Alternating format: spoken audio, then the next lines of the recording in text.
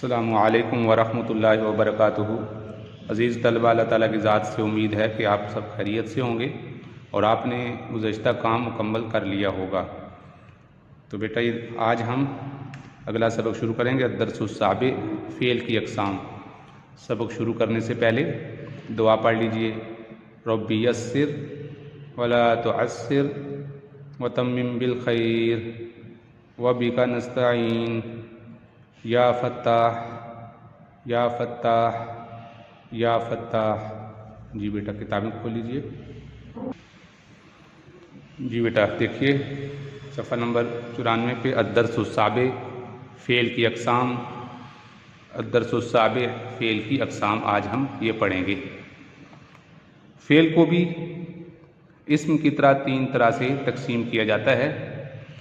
اس سے پچھلے گزشتہ اسباق میں ہم اسم کی تقسیم اور اس کی مختلف اعتبار سے ہم نے تقسیم پڑھی تھی، جنس کے اعتبار سے اور اسی طرح عدد کے اعتبار سے۔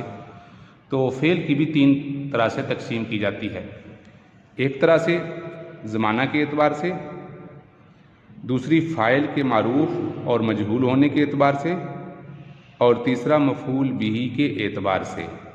تو فعل کی جو تین طرح سے تقسیم ہوتی ہے، پہلا کون سا؟ زمانہ کے اعتبار سے، دوسرا فاعل کے معروف اور مجہول ہونے کے اعتبار سے، اور تیسرا مفعول بہ کے اعتبار سے۔ اب ہم اس کی تفصیل پڑھیں گے، اس کا کیا مطلب ہے۔ فعل کی اقسام زمانہ کے اعتبار سے، اس کا کیا مطلب ہے؟ زمانہ کے اعتبار سے، زمانہ کے اعتبار سے فعل کی بنیادی قسمیں تین ہیں۔ فعل کی بنیادی قسمیں تین ہیں۔ نمبر ایک، فعل ماضی، جو کام گزشتہ زمانہ میں ہوا تھا۔ جی تو سب سے پہلی قسم ہم پڑھ رہے تھے فعل ماضی، جو زمانہ گزر چکا ہو۔ پھر فعل مضارع، مضارع کے متعلق ہم گزشتہ اسباق میں پڑھ چکے ہیں کہ یہ زمانہ حال کے اور مستقبل دونوں کی ترجمانی کرتا ہے، یعنی اس میں دونوں ہی زمانے آتے ہیں۔ ہم موقع مناسبت کے اعتبار سے لفظ کا ترجمہ کر لیتے ہیں، یا تو زمانہ حال کے اعتبار سے کر لیتے ہیں یا مستقبل کے بارے میں کر لیتے ہیں۔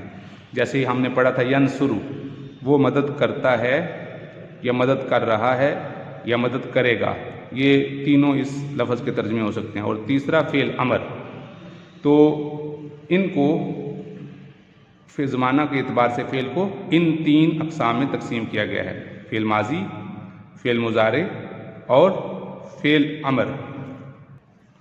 تو ان کو بیٹا آپ گزشتہ یعنی دوسری اردو کی کتابوں میں بھی، اس طرح دوسری انگلش وغیرہ میں بھی اس کو آپ پڑھ چکے ہیں۔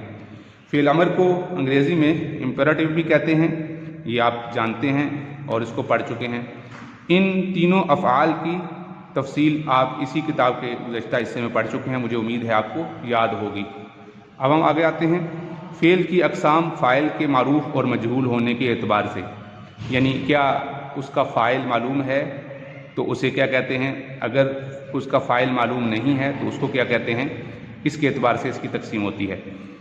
کام کرنے والے کو فاعل کہتے ہیں، کام کرنے والے کو فاعل کہتے ہیں۔ کھانا کھا رہا ہے تو کھانا کھانے والا فاعل ہے، کتاب پڑھ رہا ہے تو کتاب پڑھنے والا فاعل ہے، یعنی جس سے کوئی کام انجام پایا ہو۔ ابھی آپ بیٹا یہ سبق سن رہے ہیں تو آپ سننے والا کام کر رہے ہیں تو آپ فاعل ہیں۔ آپ ابھی تھوڑی دیر بعد لکھیں گے تو لکھنے کا کام آپ کر رہے ہیں تو آپ فاعل ہیں۔ تو اس طریقے سے فاعل کی دوبارہ تعریف سنیں کہ جو کام کرنے والے کو فاعل کہتے ہیں، یعنی جس سے کوئی کام انجام پایا ہو اسے فاعل کہتے ہیں۔ اور اس کو انگلش میں سبجیکٹ کہا جاتا ہے، آپ پڑھ چکے ہیں۔ جیسے اکل احمد التفاح، اکل احمد التفاح، یعنی احمد نے سیب کھایا۔ اس جملہ میں آپ دیکھیے میں کھانا ایک فعل ہے، جیسے اب ہم گزشتہ اسباق پڑھ چکے ہیں، پڑھنا فعل ہے، دیکھنا فعل ہے، سننا فعل ہے، یہ ایک فعل ہے جو کہ احمد نے کیا ہے۔ تو احمد چونکہ یہ کام کرنے والا ہے اس لیے یہ اس فعل کا فاعل ہے، یعنی اکل فعل ہے، احمد اس کا فاعل ہے۔ تو یہ مثال آپ کو سمجھ آ گئی۔ اب ہم اگلے صفحے پہ آتے ہیں، مفعول بہ، فاعل نے جس پر فعل یعنی کام واقع کیا ہو، فاعل نے جس پر فعل یعنی کام واقع کیا ہو اس کو مفعول بہ کہتے ہیں، یعنی جس پر اس فعل کا اثر ظاہر ہو رہا ہو اس کو مفعول بہ کہتے ہیں۔ جیسے مثال کے طور پہ آپ اپنے بھائی کو تھپڑ ماریں تو جس کو تھپڑ لگے گا وہ مفعول بھی ہوگا، جس پہ آپ کی ضرب کا اثر واقع ہوگا وہ مفعول بھی ہوگا۔ اور اس کو انگلش میں آبجیکٹ کہتے ہیں، یہ آپ پڑھ چکے ہیں، یہ جانتے ہیں۔ جیسے اکل احمد التفاح، احمد نے سیب کھایا۔ اب کھانے کا عمل کس پہ ظاہر ہو رہا ہے، یعنی کیا چیز کھائی جا رہی ہے؟ سیب۔ تو احمد نے سیب کھایا، اس جملہ میں کھانے کا فعل احمد نے یعنی التفاح سیب پر واقع ہوا ہے، یعنی اس نے التفاح یعنی سیب کھایا ہے، اس لیے تفاح مفعول بھی کہلائے گا، اس لیے تفاح مفعول بھی کہلائے گا۔ تو اس لیے ان مثالوں میں ابھی آپ یہ مزید بھی چند مثالیں آپ کے سامنے ذکر کر دیتے ہیں۔ جیسے شرب احمد الماء، احمد نے پانی پیا، احمد نے پانی پیا۔ تو پینے والا کون ہے وہ آپ نے یہاں لکھنا ہے، اور جو چیز پی جا رہی ہے اس کو آپ نے یہاں لکھنا ہے۔ اب دیکھیں شرب یہ فعل ہو گیا، احمد اس کا فاعل ہو گیا، الماء یہ مفعول بھی ہو گیا۔ شرح المعلم الدرس، معلم نے سبق پڑھایا سمجھایا۔ تو اب شرح فعل ہے، سمجھانے والا کون ہے؟ المعلم۔ کیا چیز سمجھائی جا رہی ہے؟ الدرس۔ اکلت، اکلت فاطمۃ البرتقال، فاطمہ نے مالٹا کھایا۔ اب کھانے والا کون ہے؟ فاطمہ، تو فاطمہ اس میں فاعل میں لکھ دیں گے، اور برتقال یہ کھائی جانے والی چیز کیا ہے؟ البرتقال ہے، تو یہ مفعول بھی ہے۔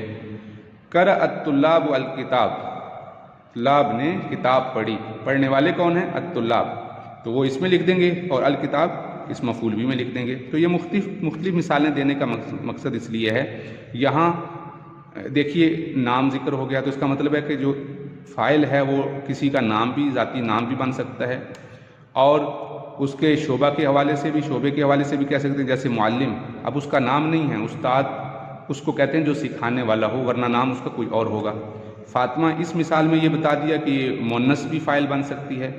الطلاب اس فاعل میں یہ بتا دیا کہ جمع فاعل جمع بھی بن سکتے، بہت زیادہ لوگ بھی فاعل بن سکتے ہیں۔ طلبہ نے کتاب پڑھی، تو اب یہ طلاب یہ جمع ہے، تو اس سے معلوم ہو کہ مؤنث بھی فاعل بن سکتی ہے، کسی آپ نام لے کر بھی اس کا بتا سکتے ہیں وہ فاعل ہے، اور کسی کا جو شعبہ ہے، پیشہ ہے، جیسے مثال کے طور پر انجینئر ہے، تو جو انجینئر نے یہ کام کیا تو اس میں انجینئر فاعل ہوگا۔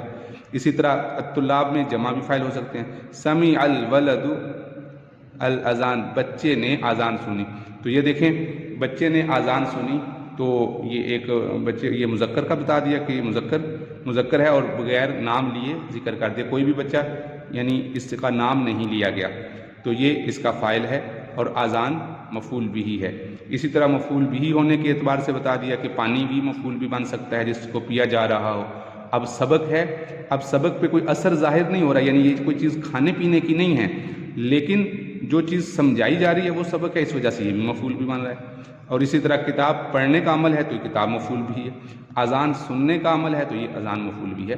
تو اس لیے ضروری نہیں ہے کہ کوئی مفعول بھی وہی چیز بنے گی جس پر اثر ظاہر ہو رہا ہو، جیسے کہ سیب ہے تو سیب پر کھانے کا اثر ظاہر ہو رہا ہے تو وہی مفعول بھی بن سکتا ہے۔ تو ایسی چیز جس پہ اثر ظاہر نہ ہو، جیسے کہ سبق سمجھایا جا رہا ہے تو سبق کوئی سامنے کوئی ایسی چیز نہیں ہوتی کہ جس کو حصی طور پہ دیکھا جا سکتا ہو، محسوس کیا جا سکتا ہو، ایک کتاب میں لکھی ہوئی چیز ہوگی تو وہ بھی مفعول بھی بن سکتا ہے۔ تو اس لیے جو جس پہ اثر ظاہر ہو رہا ہو، جو فعل کام جو واقعہ کیا ہے اس کو مفعول بھی کہتے ہیں۔ تو اس لیے بیٹا یہ کام آپ مکمل کر لیجیے گا، اور اس طریقے سے آپ ایک دفعہ توجہ سے سارے سبق کو سن لیں گے تو یہ آپ کو سبق اچھی طرح یاد ہو جائے گا۔ السلام علیکم ورحمۃ اللہ وبرکاتہ۔